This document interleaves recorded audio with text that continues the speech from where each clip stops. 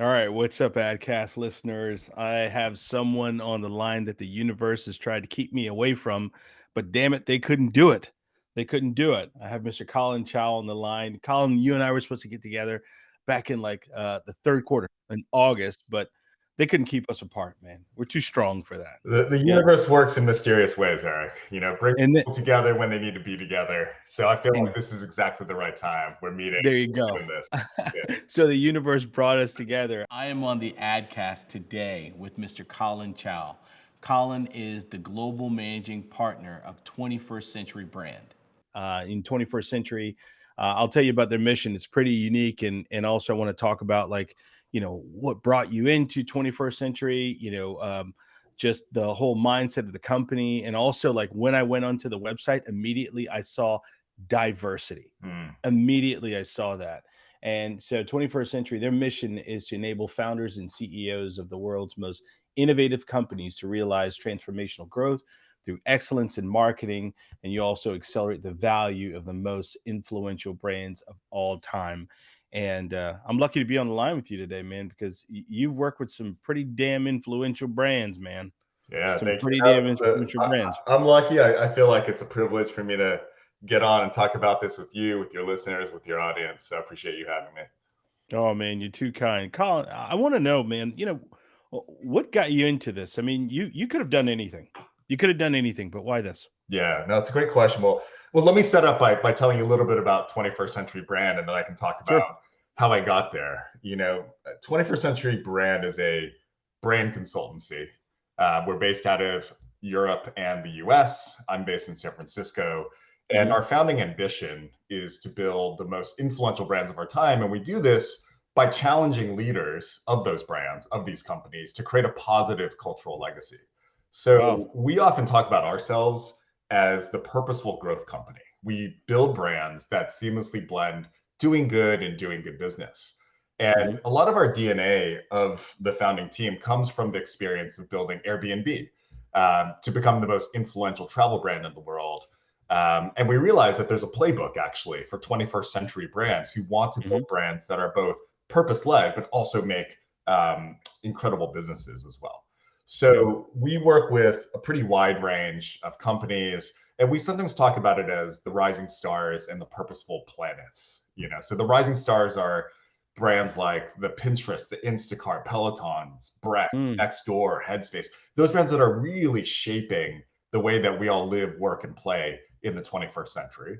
But then we Hmm. also work with purposeful planets, brands that have been around for a long, long time, that were born in the 20th century, but they continue to have massive impact in people's lives. And they want to learn how to act like a disruptor brand so that they don't get disrupted themselves. And that includes brands like Walmart or even LinkedIn that have been around for a longer time. So I'm global managing partner. I run a North American business for 21st Century Brand. And to your question of why I joined, Hmm. I've been on the consultancy side for most of my life.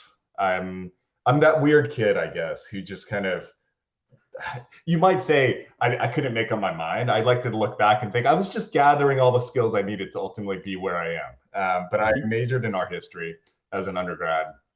I went to law school.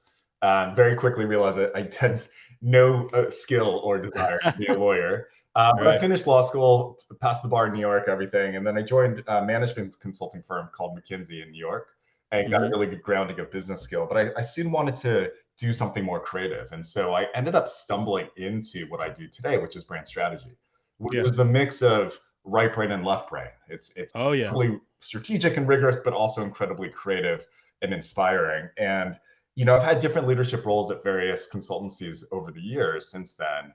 And when I left my last role, I was convinced I'm not doing anything agency side or consulting side anymore. There's nothing left to prove to myself, to the world, and I wanted to do something very different. And I was thinking Hmm. about going in house somewhere. I was looking at going into sports, was an area, and there were some roles that I was looking at there. But it's funny, you talk about the universe and the way it works. I ended up having a conversation with Jonathan Mildenhall, who had been my client when he was at Airbnb, the CMO. And he was telling me about this thing that he and Neil Barry, the other co-founder, had started called 21st Century Brand. And I was actually trying to help someone I used to work with get to speak to him. And he's like, well, what are you doing? I'm like, well, I'm doing my own thing. I'm figuring things out. But ended up coming in, meeting him, meeting Neil, and not only are they very convincing, I think the biggest thing that drew me to it was the sense of values alignment. Wow. I think we've all been in our careers, around long enough to kind of know, are these my people or not my people? And it was very clear that with 21st Century Brand, and at that point, the company is less than a year old. It's a very early stage. Yeah. Just the sense of we see the world the same way. We see brand building the same way. We want to spend our lives not just selling more stuff, but Yeah. actually creating companies and brands that make a difference in the world and the way that people show up. And so that's how I originally joined, and since then it's been pretty amazing ride. Working with some incredible brands, some incredible clients, and Hmm. hopefully doing some good in the world as well. Man, what kind of feeling do you have when you said, like, you felt like you found someone and you got that feeling? What does that feel like for you? Do you feel like almost complete, like, or this is where I need to be? Yeah, yeah, that's that sense, right? It's like a sense of you just came home.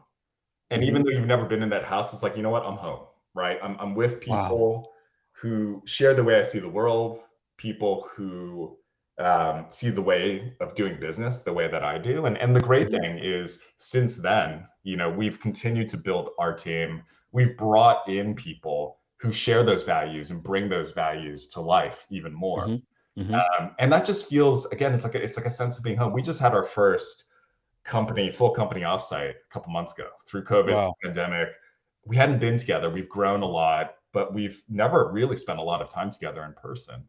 So we got everyone together in LA, in downtown LA, and it was called 21CB Open. We brought everyone together and had this incredible experience where people were really open and vulnerable, shared about themselves in a very non-artificial way. It wasn't like, hey, we're doing Wow. blocks. We're not, Well, regardless of calls. the It's not distance. that. It was just a very organic opening up, and everyone would really got together, and I had a moment. You have those kind of like out of body experiences. You're sitting in a Yeah. circle in a room full of all these people. It's like, every single one of these people in this room, this team at 21CB, I would ride or die for them. They're incredible people, and we all share values. And if I can talk a bit about that for a second, because we have 4 values at 21CB that Let's hear it. are Let's hear important it. to us. Yeah.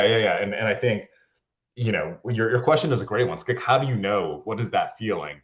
Our 4 values. Number one, we ambush with humanity, which means we go out of our way to create a safe space for people to be vulnerable, creative, and challenging, to be themselves, not who they think they should be. That's really important. The second value is diversity and harmony. So diversity is not easy, but you can have diversity, but that doesn't mean it's harmony, right? We embrace all forms of diversity, Yeah. experience, whatever. The process of building harmony in that diversity can be really messy, but we believe the results are powerful Wow. and more than worth it. The third value is what we call commercial creativity. There's a tension there, right? We see creativity as a mindset, not a discipline. The art is in using it to create real value with the entire company as our canvas. So sometimes, is it art? Is it business? It's both. Commercial creativity. Creativity has to serve commercial goals. And then the last one is purposeful growth. So commerce, we know, is predicated on growth, but not all that growth is good. So we pursue growth that is sustainable for people, the planet, and for profit. And we think about purposeful growth as much for our team as for the clients we serve. And Hmm. so those 4 values, we come to them again and again. We make decisions on who do we hire, who do we want to work with against those values. And I think every company, every consultancy has values. It's really, do you live by them? Damn. And I Damn it. think, Say it again. Say it again. yeah, That's strong, man. it's what I think someone has said in the past, much smarter than me. It's like it's only a value if it hurts. It's like when you and I think one of the things that really made me understand how much we see the world in this way is, and I won't name the company, but we were approached early on by a company, and they were offering multi-year, multi-million-dollar contract to work with them, and we just didn't think what they were doing was net positive for the world, and there was no genuine intention to change. And so we turned that down. And for a startup consultancy, from a business standpoint, that's a really tough decision, but it's a really Yeah. easy decision if you go back to, we are values led and we make decisions based on what we believe in as a team. Colin, why do I just feel that, like, through here? Like, everything that you're saying, I really feel like I feel like it's no BS.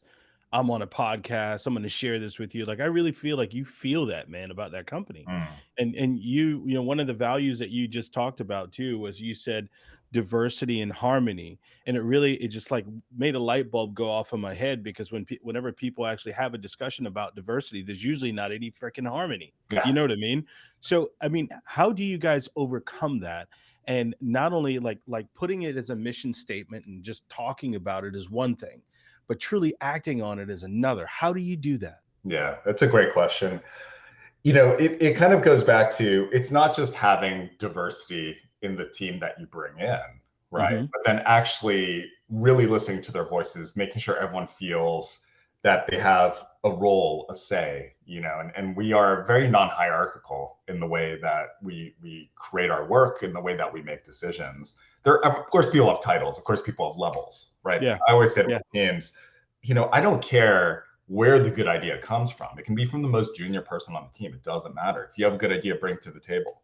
And 100%. it's a testament to even some of the more junior people on the team. They challenge me every single day. I'll put Yeah. something out that I think is really smart. Hey, I think the strategy is this, Right. for everyone to pick it up off the table and admire it. And someone with 2 years of experience will say, "Nah, I don't think it's that." Like, okay, but tell me why you don't think it's that. And Right. most of the time, they're right. There's something that they've picked up. It's something about, they know more about the consumer or the audience than I do. They've picked up on something on internal dynamics. And so it might not be quite right, but we get better, and that idea gets sharpened, and it might Yes. be a little bit off, but you get there together. And Yeah. so I think it's a bit of that humility, right? In order to have diversity and harmony, you have to, as a team, as individuals, as leaders, you have to have the humility that you don't have all the answers. Mhm. And in a client service industry, sometimes it's very tempting to be like, yeah, we got all the answers. That's why people pay us. And you Mhm. have to have the answers. Sometimes the most powerful thing is to say, I don't know. I'm not sure. Let's think about Wow. how we get to that answer. And being able to do that, I think you will get to the answer. At the end of the day, you got to get there. But Mhm. I think it invites people to come in and work together to get there, as opposed to waiting for, it to come on from on high from one person.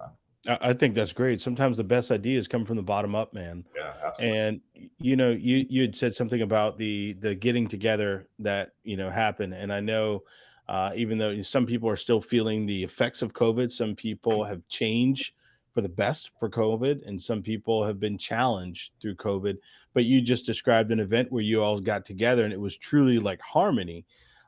When you For what you guys do and having that kind of influence, not just internally, but transferring that same energy to the brands that you work with, do you find that this distant culture, this remote culture, that it's hard to have that?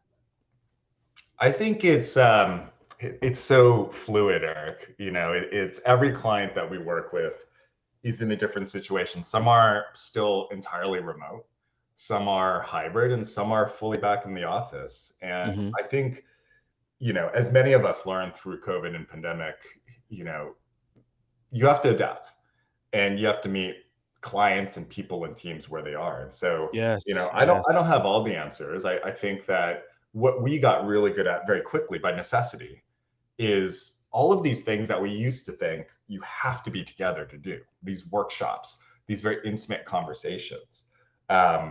You just have to be able to get good at doing it on Zoom, Mm, wow, wow. remotely. And what we found is, and I think many companies have found this, that it's actually really efficient, right? Yes, You jump I to agree. I other, agree. remember all the wasted time sitting in an airport, your flight's delayed, and you're like, can't get anything done, it's distracting, Hmm. you're exhausted.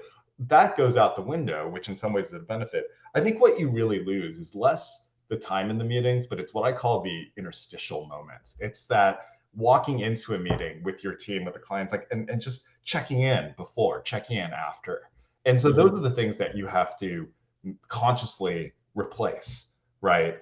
Because you don't get those casual encounters. You don't get the casual, just like, Mm. hey, look me in the eye and tell me, did that meet your expectations? Was that good? Are you happy with that?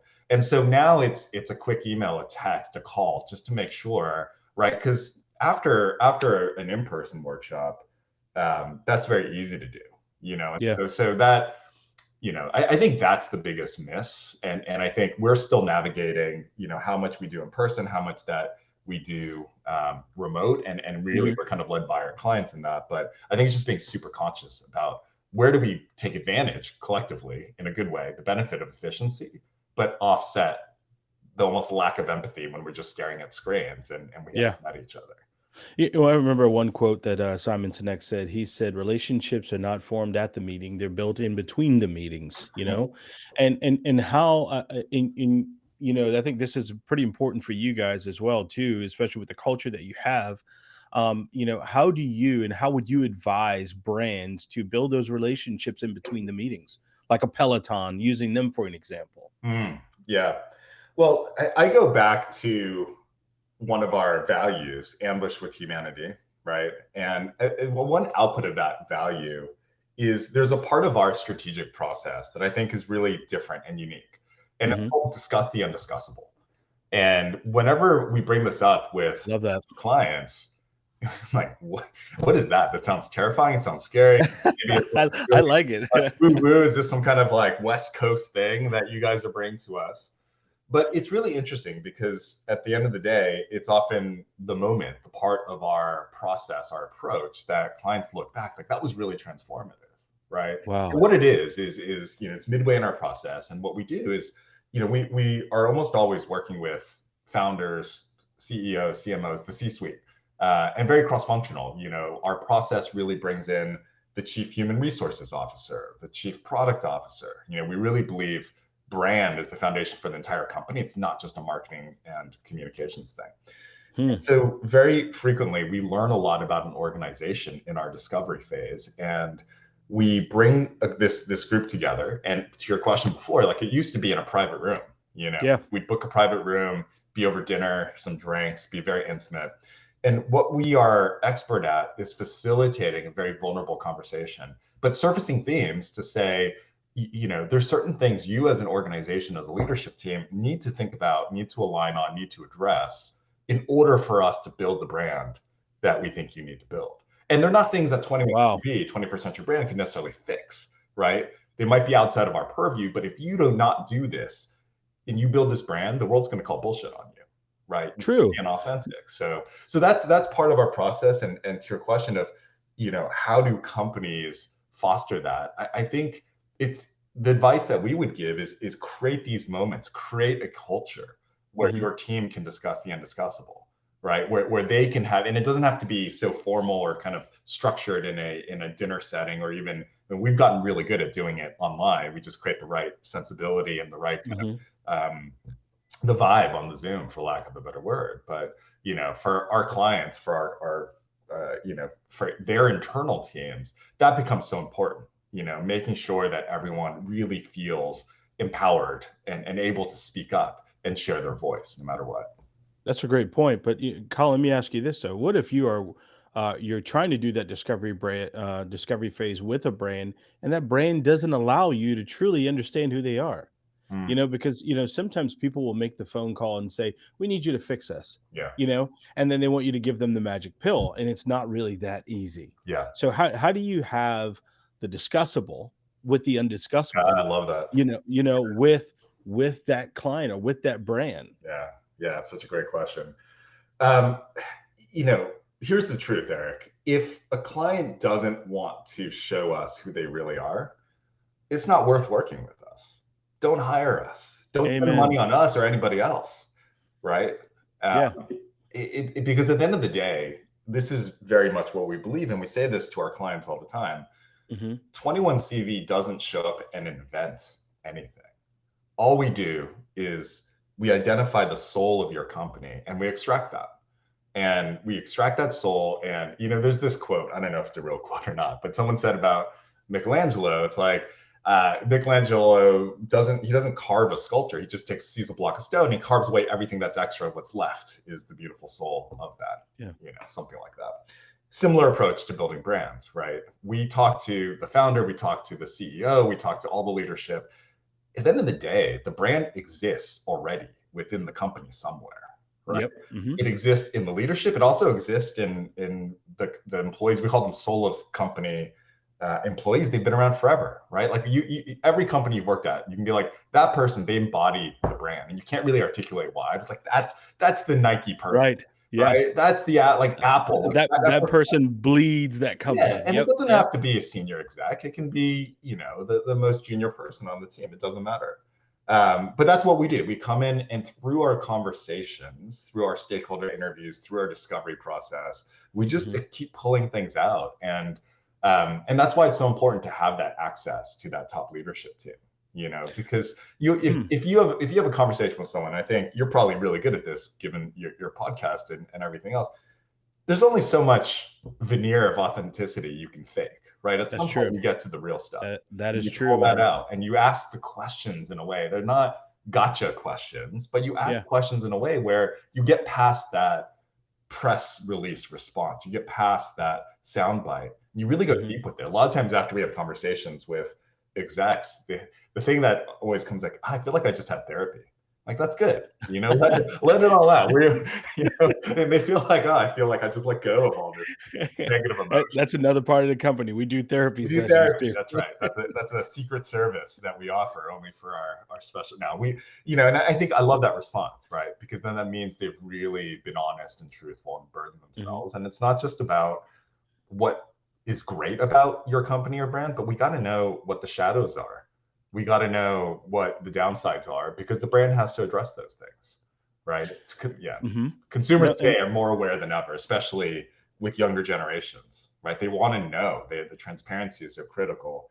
If your brand and what you do, if the actions and your language doesn't match up, consumers know right away. Customers know right away. You can't get away with it.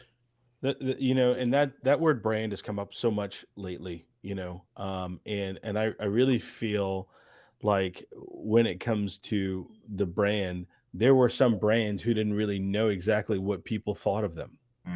They just felt like, we are this big conglomerate, but they didn't know how people feel about them.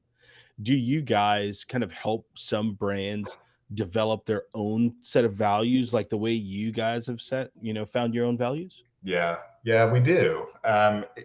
Often after we create a brand strategy, a natural place to go next is to develop what we call employee value proposition, or sometimes we'll call it employer brand, right? Because they're really flip sides of the same coin. And our belief is great brands are built from the inside out. It goes to that idea of authenticity, right? You don't just tell the world who you are, you act like it, and the brand then is a window into your soul, into your company. And then you have to express that through ads, through actions, through things. True. But there has to be a connection to that. So a recent example, we work with Instacart. They bring groceries to your door, and through the pandemic, their business was on fire because people really needed it. It almost became an essential service for so many of us who couldn't go to grocery stores. People couldn't go out. They continue to be that. And we created a brand strategy for them, and then they asked us, hey, can you help us to create employer value proposition, but also can you help us evolve our values? Who are we? And that was an incredible project working with them, because they gave us so much trust. And credit to their leadership team to say, hey, we are going to trust you with this. And we worked very closely with one of their co-founders, and he obviously had been there from the beginning, and he's almost like the spirit animal of this company. And he's that guy we talked about. He's that guy, right?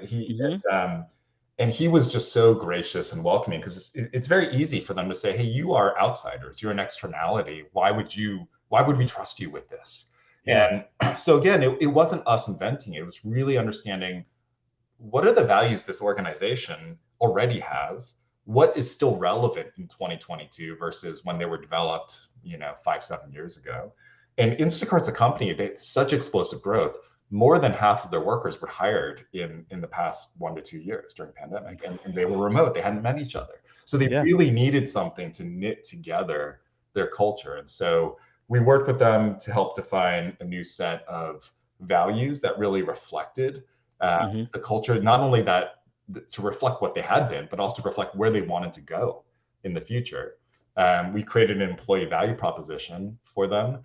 And then, I give them a lot of credit for this too. They recognize that shoppers, so the people in the gig economy who actually go get your groceries and bring it to Yeah. Yeah. the gig economy has been much criticized, and Instacart, I think, is one of the good actors in this, where they genuinely had a desire to do better by their shoppers.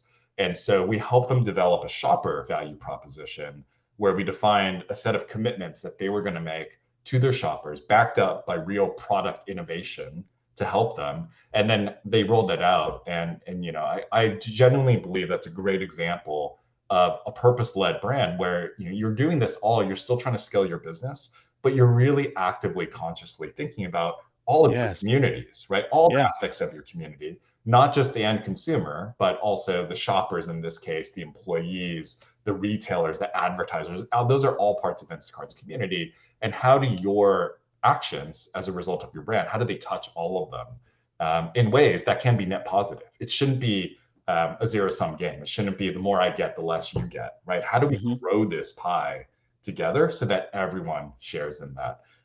Holy And shit. the CEO, Fujisima, she actually joined midway through our project, incredible leader. And she always talked about it as like, we have to have a mindset of abundance, right? And I really love that because it's just a spirit of generosity, thinking about the Hmm. world through a lens of generosity is it's like a black and white, night and day type of, if you just change your mindset and think through the lens of abundance, not scarcity, like I'm trying to hoard everything, it Yeah. completely changes the way your brand shows up. And yeah, I just really appreciate what Instacart has done, not just in giving us the trust to help them with it, but then just executing it beautifully, rolling it out beautifully, sharing it with the employees, getting the culture pumped up and really fired up for that. And you know what though? The crazy part, you mentioned the ad people, because once you guys actually help shape that, then the rest of it takes place. Then the ad people, which is different from the marketing people who Yeah. come in and kind of set the brand. So now the ad people kind of take that same vision that's created and also that same employee value that they see in it now. And then folks like us, we feel it. Mm, And now we have that perception of what the brand is besides just that logo and what it is. yeah. We have a feeling for it based on what you do. Yeah. You had mentioned, a lot of different things about the companies too, and then you had mentioned like someone had approached you guys, and it could have been really big for a startup, and that's all profit sense. But it feels like everything and everything that you guys are doing and everyone you want to work with is more purpose sense. Mm, Why do you think that in the 90s we didn't hear so much about purpose sense? It was all profit, profit, profit, profit, profit, yeah. you know? Yeah. Yeah. It's funny having lived through a bunch of those phases. I think the pendulum swings, but I think it's also, um, you know, I really, Gen Z gets called out for a lot of things, but I also Mhm. do think like I have two kids that are Gen Z, I guess, and I'm kind of in awe of their generation because I feel like they're forcing us, all to do better. It's like your generation screwed up the planet. What are you going to do? Your Yeah. generation screwed up so many things. What are you going to do about it? And I think it gives us all Oh my the gosh. responsibility to fix some of the many challenges that we have in this country and in this world. I think the 90s and early 2000s, if you're kind of breaking it down by eras, it was the Mhm. it was the era of growth at all costs. It was the era of like grow as big as you can, break all the rules, That's what it was. right? And you see that in the kind of early days of Uber, the Facebook's kind of growth and where they've gone now Meta, and I think in the past 10 years, there has been more of a consciousness among corporate leaders that building a business that is both purpose and profit actually Mhm. is better for long-term value. And you see I that, agree. I agree. the kind of the corporate roundtable about like, it used to be that your only stakeholder was a corporate shareholder. And now we Mhm. talk about ESG, we talk about like broader stakeholder value. Now, I, I guess I'm skeptical or cynical. I feel like some companies really genuinely believe that and they show it by their actions, and others, they're doing and saying it because it's kind of expected.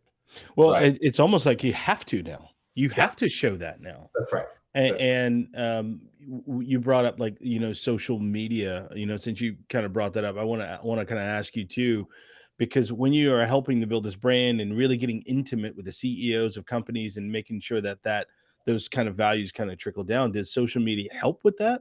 at all? With does social media help with that? I mean, I'm trying not to go into my own personal viewpoints on social media. I think Mhm. social media is an incredible resource, and incredible, like if you think about what has changed our lives in the 21st century, the kind of rise of social media has been, Yeah, yeah, it's created careers for people. Like kids today grow up dreaming of being a creator. Didn't yeah, that wasn't a thing when I was a kid. yeah, You know, yeah. Oh, I man. think it's opened up a little bit, but I think we're all very conscious of a lot of the social ills that have come from that. We've all seen documentaries and things. So, Mhm. I always go back to one of our clients that we're really proud to have worked with is Pinterest. We worked with them in the Mm, early days. They're already a very successful company, but helping to define their story as they were going towards IPO, and we continue to be very close with them. And we after we defined their brand strategy, the credit is to them and their CMO, Andrea Millard, is just an incredible human being. The leadership that they have there, tying marketing and the product together in a way that, the brand there is all about inspiration. It's about looking forward. If you think about uh, most of social media, right? It's like, good point. yeah, Good point. yeah. Most of social media is you look backwards. I did something, now validate me. And if you don't give me a like, I feel bad, right? And there's Wow. quantifiable data that shows that on most social media, after you use it, you might get that quick dopamine hit, right? Yeah, But then you yep. actually feel worse about yourself because you compare yourself. I'm not as pretty. I don't look as good. Why am I not on that Oh my amazing gosh. position, right? It's all this. And so the difference is Pinterest is forward looking. It gives you inspiration to create a life that you love. And what I love is that it's not just an ad campaign. It's not just something they say. It's built into the product, right? And the things that they've done as a result of that, if you are a brand that gives everyone inspiration, that gives everyone a life that they love, to lead a life they love, then you have to be more diverse and accessible. One of the things they built out of their product was, one of the insights was, when people of color go on and search for cosmetics, it's Mhm. all on white faces, right? And so that's not relevant, depending on your skin tone. And so they Yeah. introduced a skin tone search filter. So then everyone feels included and can get inspiration. More recently, they introduced a hair texture search filter, right? And Wow. those are things that, to me, it's not just about saying something, it's about actually living into it. And again, ads are great, but actually bringing it to life in the product is how you really judge whether a company is truly doing it because they believe in it, or is it just woke washing, or just they're doing it because they have to, right? So, Man. yeah. Wow, I think that's pretty strong. I think that's really strong, and and I'm guilty of never seeing how forward facing, a group like a company like Pinterest is because it has to be. They have to be really grounded to say this is where we are and this is where we're going. We see where the other social media companies are going, but we're going to stay in this lane. Yeah. If the growth is slower, then so be it. Yeah. We're just going to do this because it feels good. It's the right thing to do. Yeah. And to that point, Eric, I mean, we talked about how it's only a value when it hurts, right? Mhm. They've made decisions that have probably impacted short-term growth over long-term growth, but the payoff is actually they've done better relative to their peers if you think about the social media category from every Right? financial metric standpoint. And I know as a parent, it's the only one I let my 12-year-old daughter go on. I don't let her go on anything else. The only one I trust, Yeah. that's not going to mess her up for the rest of her life in some way. Oh, yeah. So, And it's both personal, it's professional, it's the results, but it's an example of how companies really need to make a clear decision on the trade-offs, right? Another thing that we did, we work with LinkedIn, and they wanted to build a center of excellence around equity in their marketing group, and mhm. they didn't quite know how to go about it. They had really good intentions, and so we did some work with them to define what does equity even mean, what is best in class, right? Who's doing it well, and then how do you actually build this institutional knowledge. And we ended up training about 1,000 of their global marketers in 4 different sessions on how to bring inclusive language into their marketing. Now, Wow. that the trade-off that is really critical is, I think for a lot of people, there's a misperception. Wait, this is just one more thing I have to think about, right? Mhm. When I'm creating copy, when I'm vetting an ad, when I'm writing a brief, even. And I think the real light bulb was with it's like you actually it's not about limiting creativity. Actually, when you are really thinking inclusively, it will make your work better and more creative and more inclusive. I agree. And I think that's the kind of choice that companies make. And you can kind of tell in the conversations early on, do you really believe this? Or are you coming to us and wanting to work with us? Because you almost want like a 21CB stamp of approval, right? Uh, and not to say we're the police of what is Right. purpose-led or not, but I think some of our learnings over the years is you really have to dig deep with the leadership team, even before you do work together, to really understand, are you genuine about this, or are you just saying it because you have to say it Yeah. as a founder?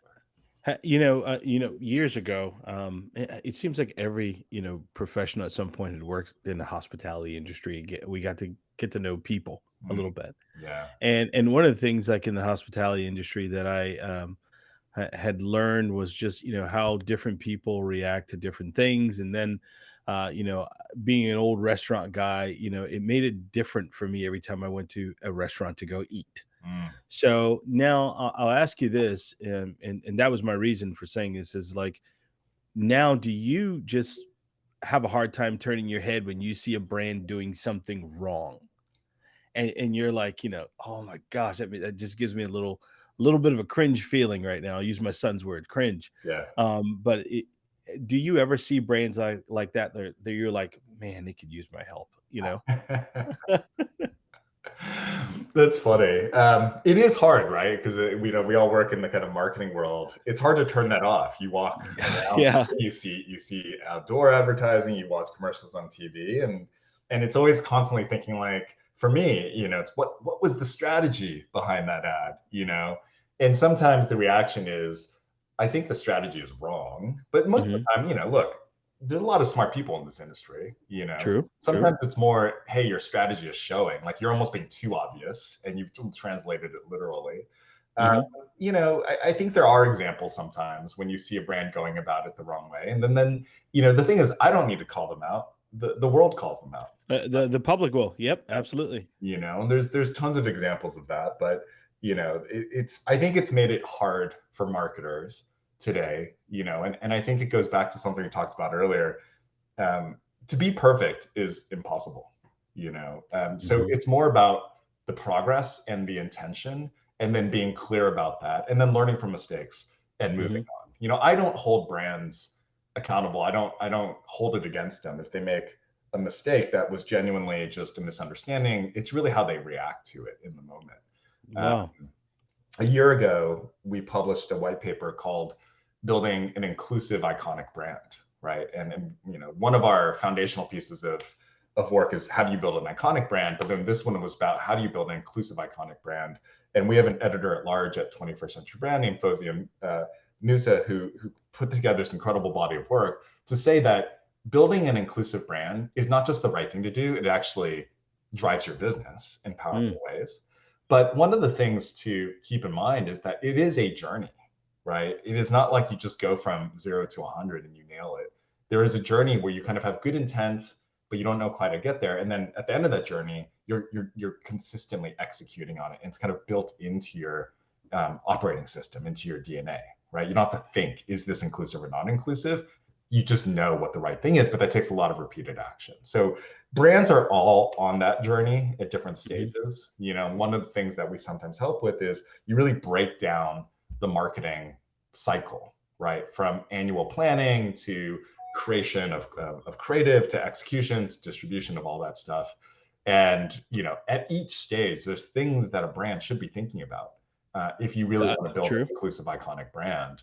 But a lot of times, big companies, these processes get overlooked, and like, who wants to think about process? Not that exciting, right? What happens if they grow so fast and they didn't have time to establish those things? Yeah, I mean that happens Right. a lot up in startup world, right? You're moving so quickly, you don't have time to really think it through. And in those cases, again, if you make mistakes because of that, then it's important to recognize why you made that mistake. It's Hmm. important to look back and understand so you don't make the mistake again, right? That's the biggest thing. It's like none of us are perfect. I've made many mistakes in my life and my career. It's what do you take from that? How do you move True. forward from it? And I think even big brands, Even the best of brands have missteps, and even the brands that have great intentions make missteps. And there's tons of examples of those. But again, it's what do you take from that and how do you move forward? That really makes a difference. Some of the brands that you've worked with, we talked about Peloton, Airbnb. All of these people have, I feel like through their brand and how they position themselves as well, they've created some sense of loyalty Mm, with them as well. Like, I'll give you an example. Like, prior to the call, you and I, we talked, and I told you, I was like, oh man, I did my October challenge in Peloton. It's almost like it's a community. So this morning, I'm on the treadmill around 6 o'clock this morning. yeah. There's people high fiving me because they can see, like, I had done, this kind of, workout throughout the week. But it's like, is that kind of like one of the benefits to really truly building a brand and a culture, and it turns into like a movement? Yeah, 100%. I think one of the tenets that we always keep in mind in building brands is how do you build a community? Number one, who is your community, right? Mm, And understanding that it's not just consumers or your end customer if you're a B2B company. mhm. But there's a full community out there, and community could be also influencers, partners. For Peloton, it's also the instructors, right, who are such an incredible part of your experience there. And we do always try to say, as a brand, how can your brand, your product, your community activation come together to create Wow. loyalty beyond reason, right? Mhm. And that's what you feel as a Peloton rider. It was really interesting in the work that we did with Peloton. One of the observations that our team had was after talking to riders was, they always said, oh man, it's an incredible experience. I'm on this high after a ride. It's like I went to church and it's like, right? And so we actually reached out to an expert who is at the Harvard Divinity School and studies communal religious experience throughout history. It's like, what is that feeling? What Wow. what drives that feeling? How do you take that? Because that is what makes you talk about it, right? To your friends, Yeah. man, you got to try this Peloton. You got to try that, whatever product it is. And so Yeah. we want to help drive that. So there were some great learnings about how you kind of foster that, how do you create it, but then also how do you reinforce it after, right? The high five is a great example. Like, you are now validating each other. You just spent some time on something that was worthwhile. You all gave effort. You feel depleted but exhausted but euphoric. Those are Mhm. all things that we want people to feel after interacting with the brands that we work with, and it might not be as intense. I mean, Peloton, because of the space that it's in, is like that. But think about Headspace, another company I work with. After using it, there is a really powerful community, and there's a shared sense of support. And that was one of the things we were trying to help bring out. Mental wellness is such an incredibly important issue, but it can be Oh, very yes. lonely, right? It's like it's hard to Yeah. talk about Yeah. it. And I think over the past few years, we have seen so much more social conversation around it in a good way, and especially in COVID and pandemic, where people were so isolated. We talked about it as, it's like the second pandemic. The first pandemic is your health. The second pandemic is your mental health. Yeah. One of the things we did with Headspace was, what we called the Headspace promise, which is that Headspace is going to be there for any community that needs help. And so they offered it free to first responders. They offered it free then to anyone who lost their job as a result of COVID, when businesses were shutting left and right. And Oh, then man. that's like really understanding your community, and honoring them. And one of the things I was really struck by, there was conversations about, well, if we're giving it away free to people who are unemployed, how do we know if people are really unemployed? What if people are just saying I'm unemployed and getting Headspace? And Do it anyway, right? right, I guess. it's exactly right. It's who cares? Who cares if people feel that they need this? They need this. Yeah. And I had so much respect, because that's a decision that I think that some companies would have been, no way. We have to have some Yeah. validation thing. You got to provide proof. And Headspace just said, look, if you say you're unemployed, we'll believe you, and we'll give That is you a free purpose. year of Headspace. They're literally giving away something that we make money on, and it was Oh, a man. benefit to their community. And it goes back to what you were saying, Eric. Think Yeah. about if you were in that position and you used the product and you benefited from it. Mhm. You're going to be Mhm. so loyal to that. You're going to be, this brand helped me when I needed help. You're going to talk about it. You're going to subscribe to it. You're going to use it, hopefully, and have it help you and your family. And that's that kind of cycle, right? We talk about a flywheel of building Yeah. a community driven brand.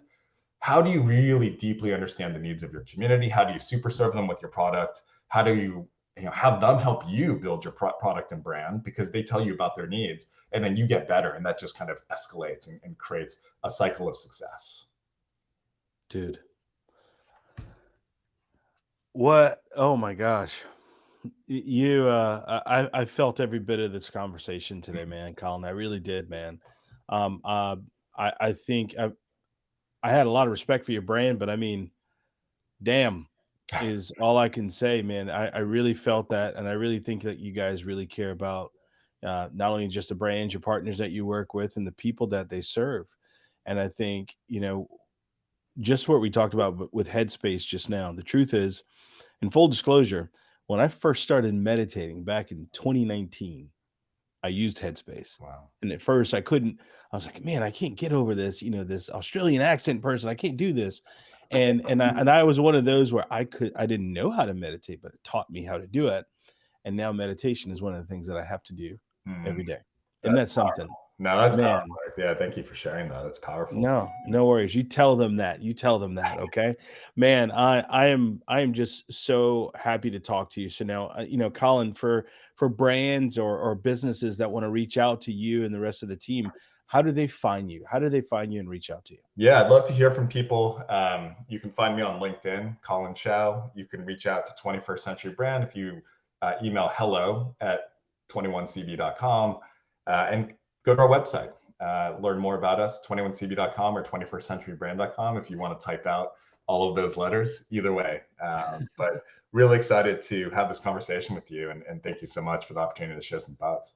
Man, thank you, man. Anything on the horizon coming up for you guys? Any public projects you want to share? Yeah, well, I think a couple of things we're really excited about. One is we're publishing a book next year, and Oh man. yeah, really exciting. It's a book called A Colorful View from the Top. It's going to be published first in the UK with a publisher called Little Brown, which is one of the most prestigious publishers. And Yeah. it's 21 stories of Black and Brown success, business success. And there's kind of a notion sometimes that in order to be successful, you have to go be a basketball player, you got to be an actor, and these are examples of people who have really succeeded in industries like the ones we're in business, Yeah. and Yeah. the paths that people can take. And so it's a book that hopefully will inspire kids, but it's not a kid's book. It's for everybody. And I want that book. yeah, so I we're want that really book. excited about that. That's like, we talk about this, we want this to be a gift to the world. And that's going to be a big thing that we do next year. And then I can't talk about this one as much, but we are very actively thinking about ways that we can have greater impact with our clients. Mhm. New offerings to come in 2022 and beyond. So stay tuned for more on that. Man, and the last thing I'll ask you, do brands have to be pretty large to make sure that they get their house in order? That's a really good question. To me, the answer is no. And and I hope I'm not saying that just self-serving, because I think everyone can be thinking about brand. But we get this Mhm. question a lot from startups, right?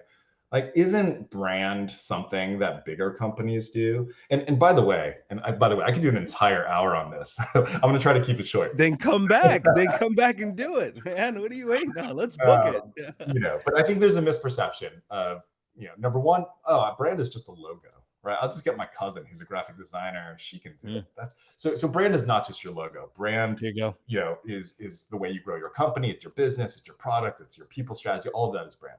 So everyone can benefit from that. Even if you're early stage, I do think it is true. The kind of accepted wisdom in startup land in Silicon Valley is, focus more on performance marketing, growth marketing, product investment. If you're going to hire someone, hire an engineer or developer, don't hire a marketer. And I think, look, I don't dispute any of that. I think you have to make the right business decisions. But you think about advantage, the founder or CEO or leader who has an understanding of brand and is thinking about it before their competitors, right? That's going to be a significant advantage. And then at the right time, you really start to bring it to life. But Wow. at early stages of a company, when you're smaller, brand is more flexible, right? It's like, we're not sure, like maybe the product's going to go this way. The brand has to be ready to go that way as well. The Yeah. more you grow, once you hit product market fit, once you reach a certain level of success, then you really do need brand to accelerate growth, because the other things, performance marketing, growth marketing, they stop becoming as efficient, right? we're not telling early stage startups to go out and do Super Bowl ads, right? But you should be thinking about your brand and thinking about how brand shows up in your product, in your customer experience, in the way that the CEO gives speeches and the way you go out and talk to investors. All of that is brand, right? Whether you think about it that way or Absolutely. not. Absolutely. Great conversation, man. Great conversation. You got to come back. You got to promise me that. Okay. Especially when that book comes out, too. Ladies and gentlemen, and everyone listening, I just want to thank you guys for actually listening to the AdCast. I enjoyed my conversation with Colin Chow today, man. Just insightful. He's a ball of fire. A couple times he gave me goosebumps with all the topics that he was talking about today. And you truly felt his passion, man. So I definitely want to thank you again for giving us your time, Colin. And I want to thank the listeners for giving us their most valuable asset, which is their time. And I would love for them to make sure that they actually go subscribe to this podcast, share it out to your friends, loved ones, and also some business friends and colleagues that you may feel that can actually benefit from this. Listen to it on wherever you listen to your favorite podcast networks. And I want to thank you again. This is the AdCast. Hey guys, I'm back. I hope that you enjoyed that episode of the AdCast. If you didn't, go online, give me a review, and tell me how you want us to make it better for you. And if you did, give us a 5-star rating anywhere that you listen to your favorite podcast. But I want to thank you for your most valuable asset. That's your time, and thank you for listening. Enjoy the AdCast, and stay tuned for another hot episode coming up soon.